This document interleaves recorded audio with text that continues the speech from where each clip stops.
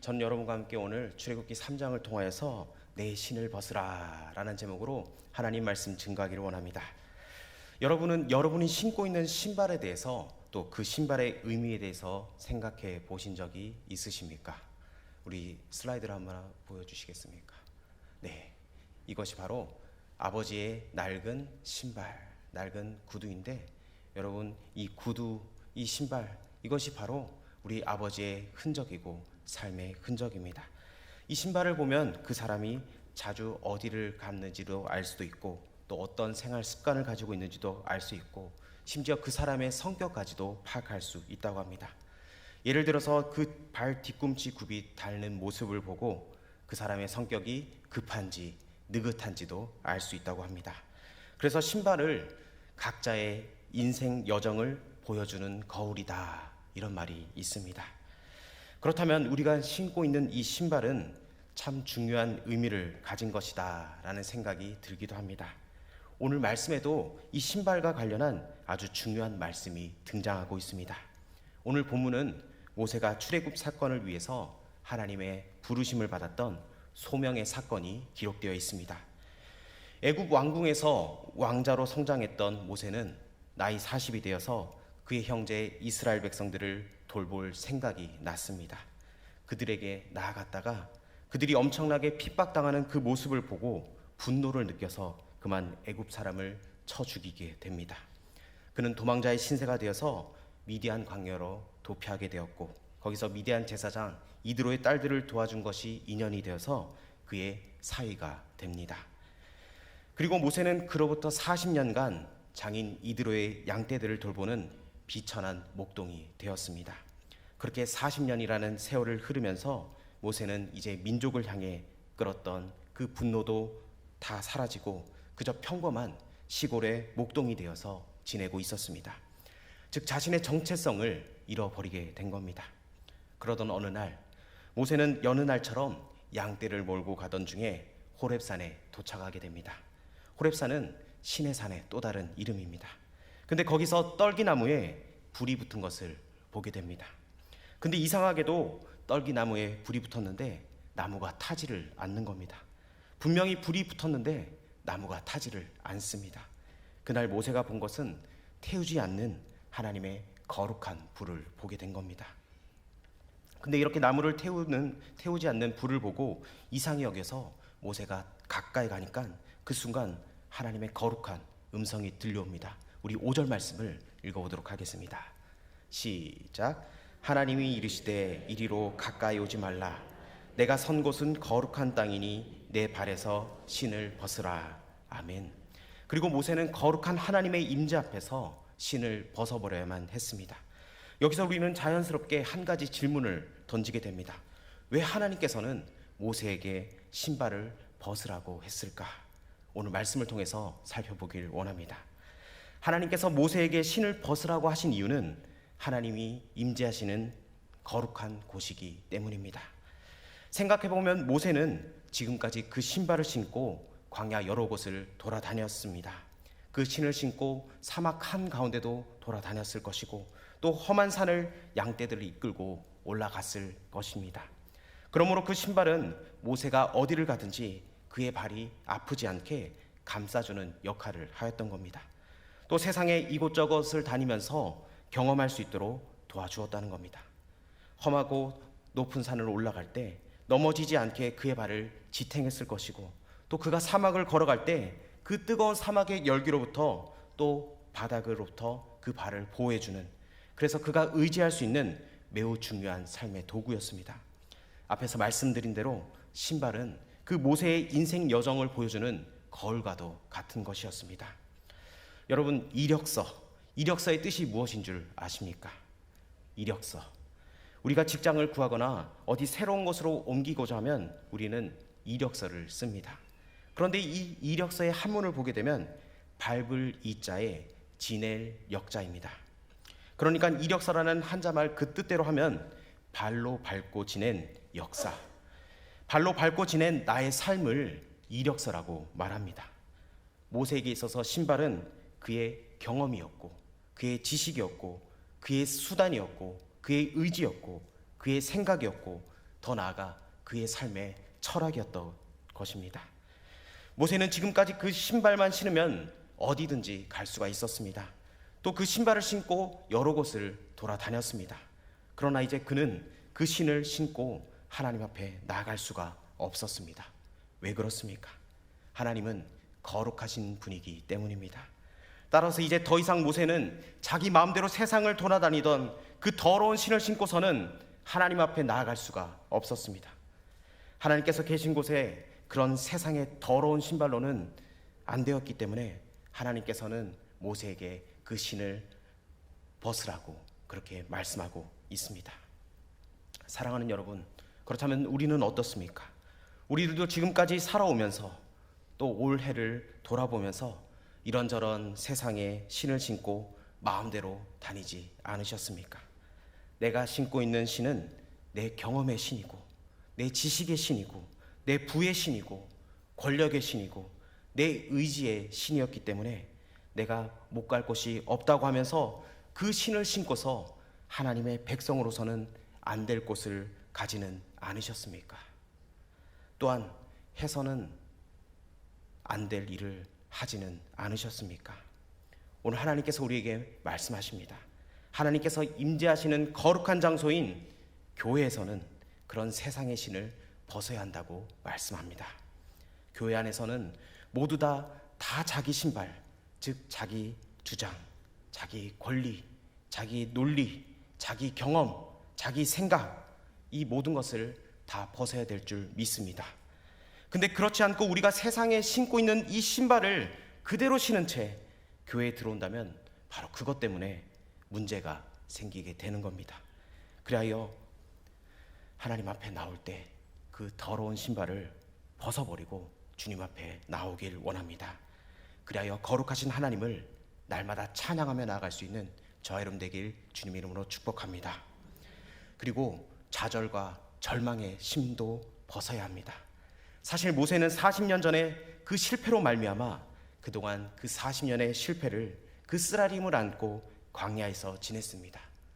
모세는 이스라엘 사람들이 자기를 하나님의 부름받은 종으로 자기를 인도자로 또 지도자로 알고 받아줄 것을 그렇게 생각을 했습니다. 그래서 애굽 사람을 죽이는 그 과격한 행동까지 했는데 오히려 이스라엘 백성들은 네가 뭔데 우리 앞에서 지도자 행세를 하느냐, 우리가 언제 너를 지도자로 세웠느냐, 그렇게 대들었습니다. 결국 모세는 살인자로 그 낙인이 찍힌 채 광야로 도망할 수밖에 없었습니다. 그러므로 모세의 그 미디안 광야 40년의 세월은 어찌 보면 절망과 좌절의 기간이었습니다. 그는 그 기간 동안 절망의 신발을, 그리고 좌절의 신발을, 실패의 신을, 지나친 자기 비하의 신을, 광야에서의 그 고독의 신을 신고 있었습니다. 그러나 그런 신들도 거룩하신 하나님 앞에서는 다 벗어야 합니다. 오늘 저와 여러분은 이 거룩한 장소에서 아직도 세상의 신을 신고 있지는 않으십니까? 남을 용서하지 않고 끝까지 자신만이 옳다고 하는 주장, 그 교만의 신, 남을 미워하고 사사건건 반대하고 비판하는 그 미움과 비판의 신발을, 게으름의 신, 나태의 신, 무책임의 그 신을 신고 혹시 이 자리에 앉고 있지는 않으십니까? 그렇다면 우리는 그런 세상의 모든 신들을 다 벗어버리고 거룩하신 하나님의 존전 앞에 맨발로 나와야 합니다. 나를 치장하고 나를 덮고 있는 모든 것을 다 내려놓고 주님 앞에 나와야 합니다. 그래야 우리는 은혜를 받을 수가 있습니다. 그때 우리는 하나님의 임재를 경험할 수가 있습니다. 그래야 거룩하신 하나님 아버지를 뵈러 나올 때는, 그리고 예배 드리러 나올 때마다 그 세상의 신발을 다 벗어버리고 맨발로 주님 앞에 나와서 주님의 임재를 경험하고 주님의 얼굴을 배웠고 아버지의 말씀을 들을 수 있는 저와 여러분 되길 주님의 이름으로 축복합니다. 하나님께서는 모세에게 신을 벗으라고 하신 이유는, 다른 이유는 새로운 사명을 주시기 위해서입니다. 하나님께서는 모세에게 새로운 사명의 신을 신겨주기 위해서 자신의 신발을 벗으라고 말씀합니다. 우리 본문 9절부터 12절까지를 우리 다시 한번 더 읽어보도록 하겠습니다. 시작. 이제 가라, 이스라엘 자손의 부르짖음이 내게 달하고 애굽 사람이 그들을 괴롭히는 학대도 내가 보았으니 이제 내가 너를 바로에게 보내어 너에게 내 백성 이스라엘 자손을 애굽에서 인도하여 내게 하리라. 모세가 하나님께 아뢰되 내가 바로에게 가며 이스라엘 자손을 애굽에서 인도하여 내리이까? 하나님이 이르시되 내가 반드시 너와 함께 있으리라. 내가 그 백성을 애굽에서 인도하여 낸 후에 너희가 이 산에서 하나님을 섬기리니 이것이 내가 너를 보낸 증거니라. 아멘. 하나님께서는 이스라엘 자손의 그 부르짖음을 들으시고 모세에게 사명을 주십니다. 그런데 여기 11절과 12절에 보면 참 귀중하고 소중한 말이 기록되어 있습니다. 자기가 누구인지를 깨달은 사람만이 할 수 있는 고백이 담겨 있습니다. 사람이 자기 자신을 모를 때는, 이 교만이 꽉 사로잡혀 있을 때는 이렇게 얘기를 합니다. 내가 누군 줄 알아? 내가 왕년에 어떤 사람인 줄 알아? 내가 누군데 감히 네가 나한테, 이런 얘기를 슬쩍 합니다. 우리 교회는 없는데 다른 교회는 있는 것 같습니다. 그런데 정말 자신의 존재를 깨닫게 된 사람은 그런 말을 하지 않습니다. 제가 감히, 제가 어떻게 그런 일을 합니까? 저는 아무것도 아닙니다. 저는 부족합니다. 이게 인간의 본래의 모습을 깨달은 자의 고백입니다. 그런데 11절과 12절에 보니까 이렇게 질문합니다. 내가 누구입니까? 라고 말하는 모세에게 하나님께서 내가 반드시 너와 함께 할 것이다, 이렇게 말씀을 하고 있습니다. 이 대답은 언뜻 생각해 보면 동문서답 같습니다. 근데 이게 얼마나 의미 있는 대답인지를 모릅니다. 하나님께서는 내가 누구입니까? 라고 말하는 모세에게 너는 누구야? 너는 아무개야? 그의 존재를 확인시키지 않았다는 겁니다. 그래 모세야, 너는 아무개다. 너는 내가 부른 나의 종이다. 내가 특별히 부른 나의 종이다. 이런 말씀을 하지 않았다는 겁니다. 내가 누구입니까? 라고 하는 말에 하나님께서는 모세야, 네가 얼마나 똑똑하고 네가 얼마나 잘난 사람인데 그런 말을 하지 않으셨다는 겁니다. 네가 얼마나 힘이 있고 똑똑한 사람인지를 확인시켜 주는 것이 아니라 하나님의 존재를 확인시켜 주셨다는 겁니다. 다시 말하면 모세가 누구인가가 아니라, 모세가 얼마나 힘이 있고 능력 있는 자가 아니라 바로 하나님의 임재를, 하나님이 함께 하심을 말해주고 있다는 겁니다. 그렇습니다. 우리가 우리의 사명을 감당할 수 있는 것은 내 존재를 확인했기 때문이가 아니고, 내가 힘있고 내가 능력 있는 존재이기 때문이 아니라 바로 나와 함께 하시는 하나님, 그 하나님을 확인할 때 우리는 그 사명을 감당할 수 있게 된다는 겁니다. 사명자는 언제나 자신의 존재를 확인하는 것이 아니라 나와 함께 하시는 하나님을 확인할 수 있어야 한다는 겁니다. 이렇게 하나님께서는 모세에게 사명을 주시고 그 사명을 감당할 수 있도록 하나님께서 함께 하시겠다고 약속해 주고 계십니다. 그러면 하나님은 모세를 묶어놓기 위해서, 아무것도 할 수 없기 위해서 신을 벗으라고 한 것이 아니라 이제 그에게 사명을 주고 그 사명을 감당할 수 있도록 하나님이 함께하기 위해서 네가 신고 있는 그 세상의 신을 벗어야 된다고 말씀하고 있는 겁니다. 네가 그 세상의 신을 계속해서 신고 있는 한 내가 너와 함께할 수 없다. 너는 내 사명을 감당할 수 없다.